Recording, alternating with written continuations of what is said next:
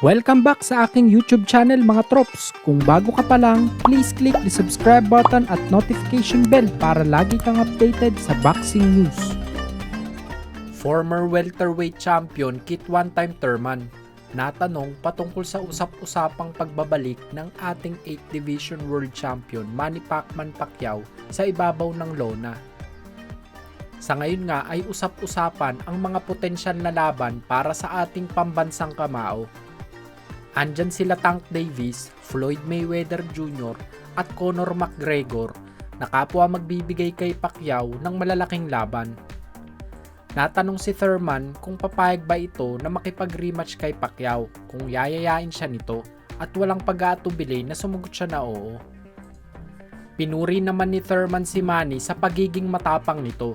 Wala daw itong kinatatakutan at walang pakialam sa kung sino ang makakalaban sa ibabaw ng ring. Kahit daw natalo si Manny sa huling pro boxing fight nito kontra kay Yordenis Ugas ay hindi pa rin niya dinidiscredit ito sa kadahilanang styles make fights daw talaga sa mundo ng boxing. Kahit ano pa man daw ang dahilan ni Manny sa pagbabalik sa ibabaw ng ring, mapapera, pagmamahal sa sports o di naman kaya boring lang talaga ito sa buhay niya ngayon kaya namimiss niya ang mundo ng boxing, ay kakalabanin pa rin nito kung sino ang best of the best fighter ayon kay Thurman.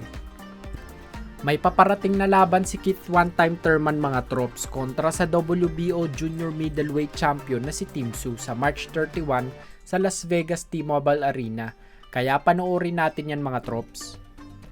Sa kabilang dako naman po tayo, coach ng Omega Boxing na si Coach Doc J, ipinangako na sa pamamagitan ng kanyang tulong sa training para sa susunod na laban ni 3 Division World Champion Janriel Cuadro Alas Casimero ay manunumbalik ang dating angas ng Pinas.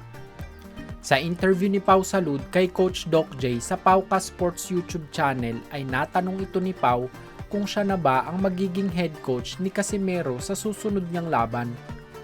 Sinagot naman ito ni Doc J na dedepende daw ito kung willing pumunta si Cuadro Alas ng Cebu para doon mag-training.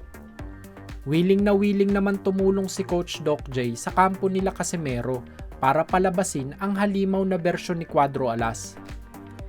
Dagdag pa ni Doc J ay may naitatagong abilidad si Casimero na kailangan lang palabasin.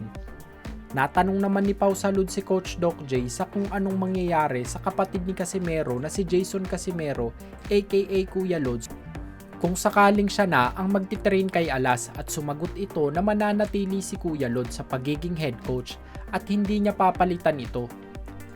Tutulong lang daw siya sa Team Casimero dahil na rin sa partnership nila sa Treasure Boxing Promotions.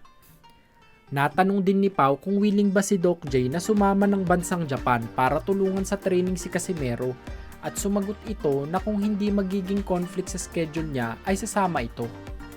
Sa ngayon ay ang priority daw ni Coach Doc J ay ang Omega at ang boksingero nito na si Christian Araneta na mapapalaban rin sa isang World Championship fight. Para sa inyo mga trops, may pag-asa pa bang manumbalik ang dating angas ng Pinas? Comment nyo lang ang sagot nyo sa baba. Kung nagustuhan nyo ang balita na iyon mga trops, bigyan nyo naman ako ng isang suntok sa like button dyan. Yun lamang po at maraming salamat.